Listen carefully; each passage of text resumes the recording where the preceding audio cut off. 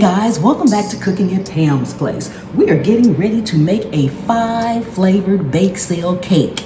Yes, bake sale cake. Because when I grew up, this particular cake seemed like it was at all the bake sales. We had community bake sales, church bake sales, school bake sales, and it was always there. Anytime anyone needed to bring something, this cake was there, and we typically had 4 or 5 of them.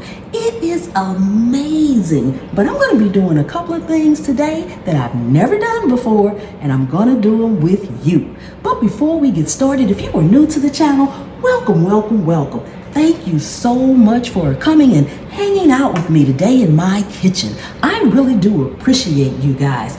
Please take a second and subscribe to the channel. Turn on that notification bell so you won't miss anything. If you are a returning subscriber, if you are a channel member, thank you so much for your loyal, faithful support.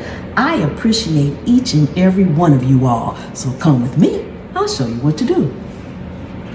So one of the things I'm going to be doing with you guys that I've never done before is use this stand mixer. I have never used it before. This was a gift sent to me by a subscriber. Thank you so much. I appreciate this. This is an amazing kitchen tool. Not only is it a stand mixer, it's a meat grinder and a blender too. So you all will be seeing me use those parts too. So I thank that particular subscriber from the bottom of my heart. Also, I'm going to be using my new little cast iron Dutch oven. I've never baked a cake in it before. I've never used it before. And as a matter of fact, I've never baked a cake in a Dutch oven before. Okay.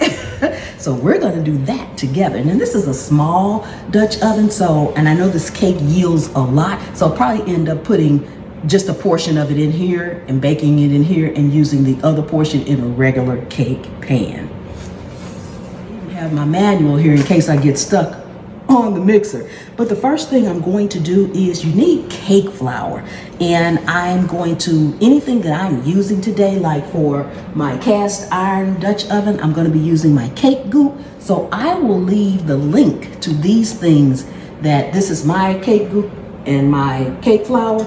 I'll leave those links in the description so that you can make yours too. Now I need to sift my cake flour, but before I do that, I'm gonna go ahead and add in my baking powder. And of course, all the ingredients and things will be down in the description so that you guys can make it too. I have my oven preheated on 300 degrees. If you are making this cake in a regular cake pan or something like that, go ahead and make sure your oven is preheated to 350 degrees. Okay, so I'm gonna go ahead and get this flour sifted and we'll be right back.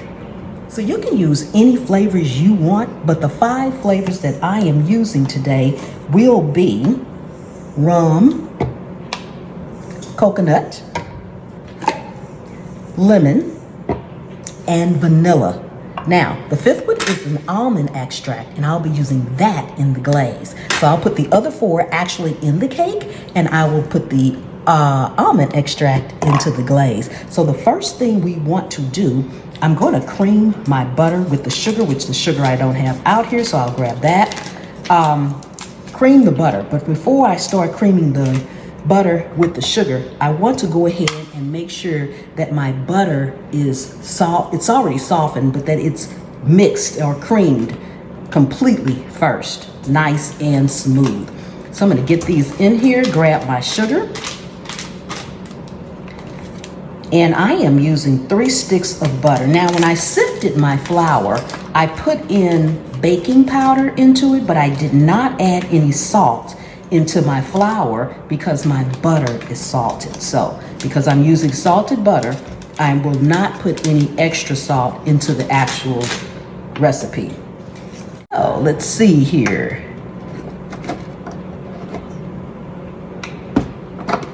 First time turning it on, y'all. Let me see.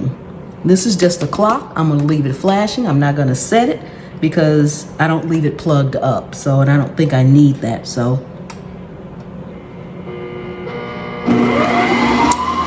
It's going. I'm going to gradually add in my sugar.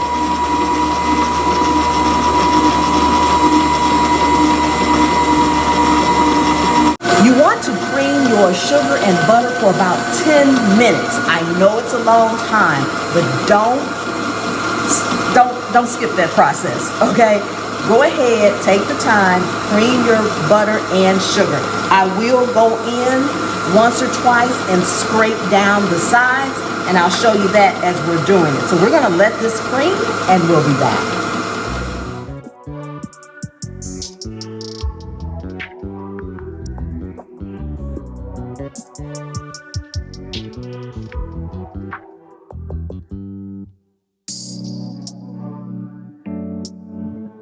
When you scrape down the sides, always scrape your bottom too to make sure you get everything mixed in there. Okay, so we have creamed our butter and sugar, and I'm going to show you when you cream it, you need to cream it that long because it needs to be actually creamed, not just combined. The color of your butter and sugar combined will change textures and colors. I'm not sure if you guys can see that, but it's real creamy. It's real creamy, and that's what you want. So now we're going to add in our eggs one at a time and incorporate them just until they're incorporated. You don't want to beat them to death. You just want to incorporate the eggs one at a time.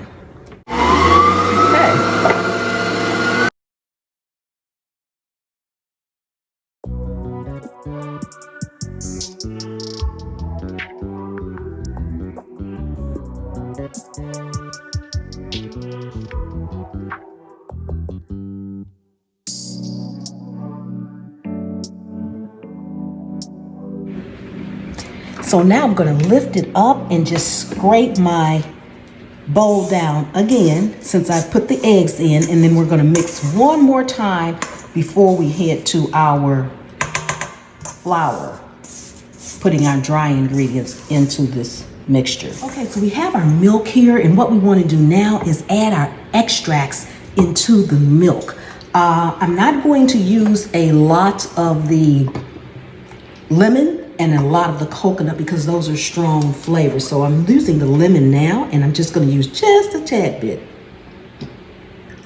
Okay, that's good enough for the lemon. Same with my coconut.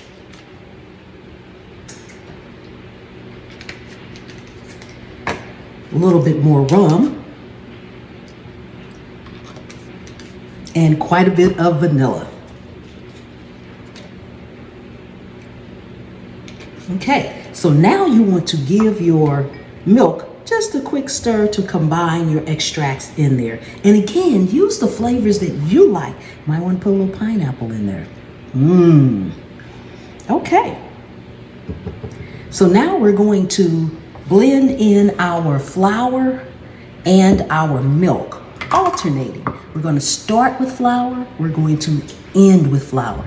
When you put your flour in, you don't want to over mix it. So just mix it till it's incorporated. It's okay if you still see a little flour in there. That's fine. Just don't over mix it. So you just want to add a little bit at a time, a little bit of milk at a time until it's all gone. Okay, so let's get started here.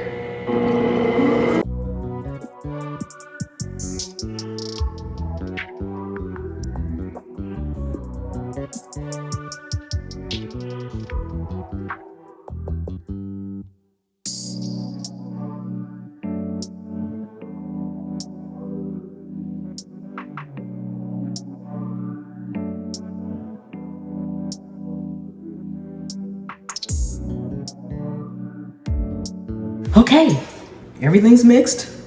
We made it through the mixer. Now, for the fun part, our little cast iron Dutch oven that's shaped like a heart. Okay, so I am using my cake goop in here.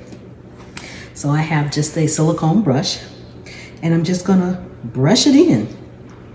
Just brush it in. You guys can see this. Just brush it in all the way up to the top. Even though I'm not going to be putting the cake up that far, you want to make sure it's brushed in really good all over. So I'm going to get this brushed in real good.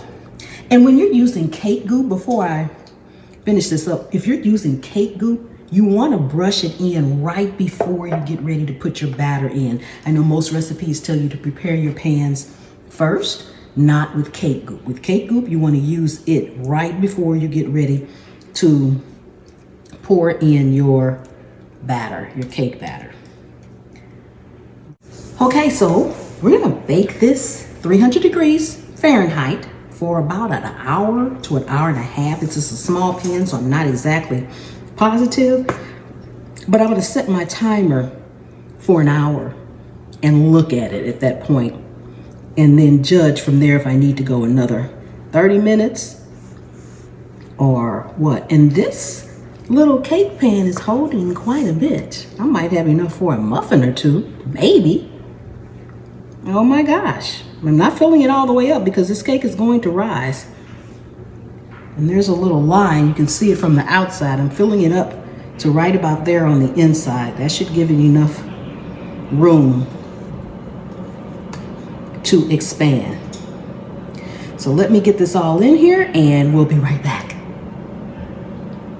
Once you get all your cake batter in your pan, no matter what pan you're using, you want to spread it out, thin it out evenly, so to kind of bake evenly.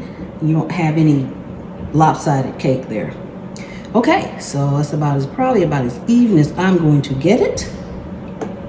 And typically you want to tap it on the bottom, tap it on your counter or something. This is a heavy cast iron, so I'm gonna gently just kind of shake it a little bit, even it out. Tap it just a little bit. We're going in the oven. And I have a small amount left, so I'm going to put this in this cake pan and cook it in my tabletop oven. I have a tabletop oven over there. It's also my air fryer. It's an air fryer, tabletop oven, broiler. So I'm gonna stick it in there. I have baked cakes in there before, holiday time when I need more space. So we're not going to waste any of our batter. This is gonna make a nice little single layer. Okay, so my real cake, the heart-shaped cake, is still in the oven. But I wanted you all to see the one I baked over in my little stovetop. It's done. It was only a half a sheet. So let's go ahead and take it out. Remember, I used my cake goop, so let's flip her and see what we have.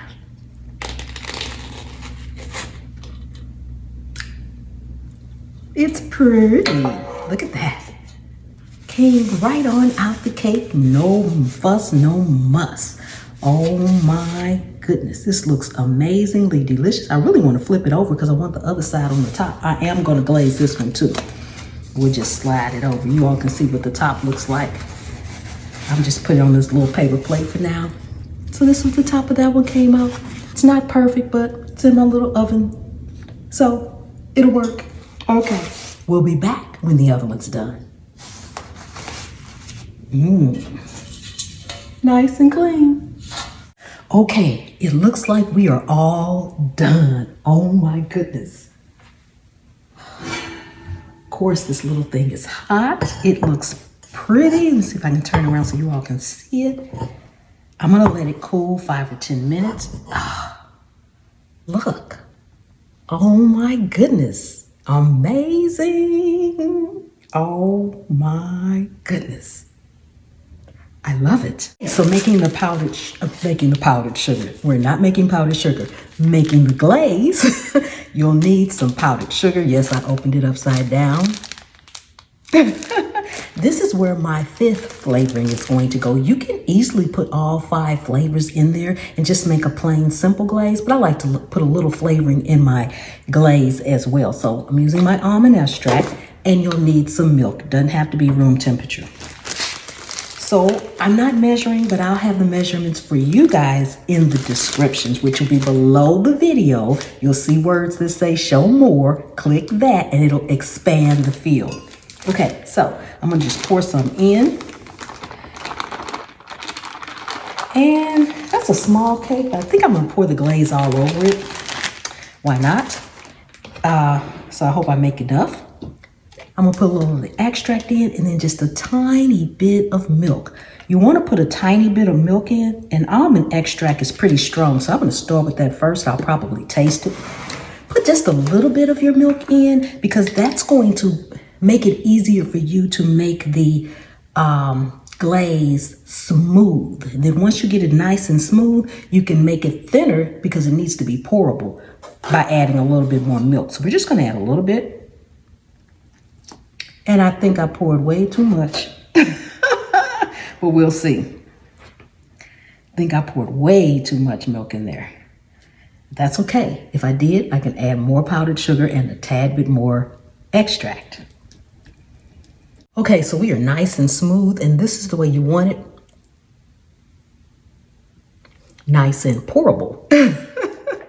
Okay, because this is a cast iron Dutch oven, I'm going to use a plastic knife and just go around my edges. It's been cooling about 5 minutes. I'm not sure if that's going to be enough for it to come out, but my other little cake came out of that pan after about 10 minutes. But with the Dutch oven, you want to get it out a little bit sooner because it retains a lot of heat. It's going to keep cooking. So you don't want it to dry out. I didn't want to damage the enamel, and that's why I'm using a plastic fork, knife, not a fork. So let's see if we can get it out of here. I am going to need to use these. Let's see what happens. We should grab the handles. 1, 2, 3. I felt it fall down. I hope it all fell down. Oh my goodness. It's not as hot as I imagined. These are kind of in the way. Let me get a towel. Handle it better with a towel than I can those. Lift straight up.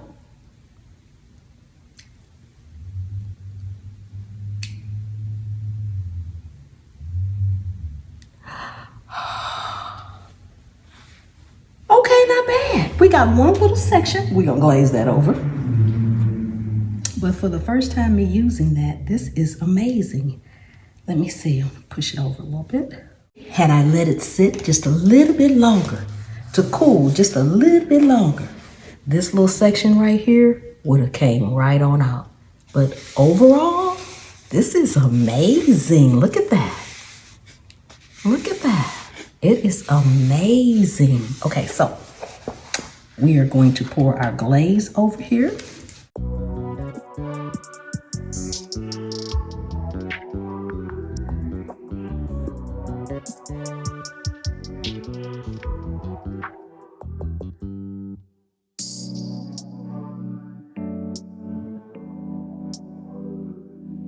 That's going to do it. Amazing bake sale cake. Look at that. Look at that, guys. Doesn't that look amazing? Oh my goodness. Thank you all so much for coming and hanging out with me today. I really do appreciate each and every one of you guys. I am going to taste this cake, but I don't want to cut this cake because I'm going to have it for dinner. I'm going to cut the other piece, so let me grab it. I am just going to cut a little piece of this cake, and I'm just going to put just a tad bit of the glaze on it. Look at that. Look at that. Look at that crumb. Oh my goodness. Can you all see how nice and moist that is? Oh my goodness. Put a little glaze on it.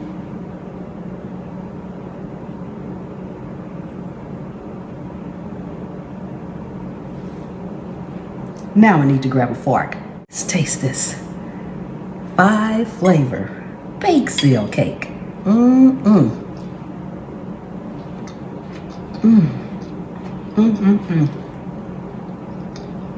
This is delicious. It's so moist and soft and flaky, so to speak. It's delicious. You guys have got to try it. Oh my goodness. I will see you all next time. The good Lord willing and the creek don't rise. Bye-bye.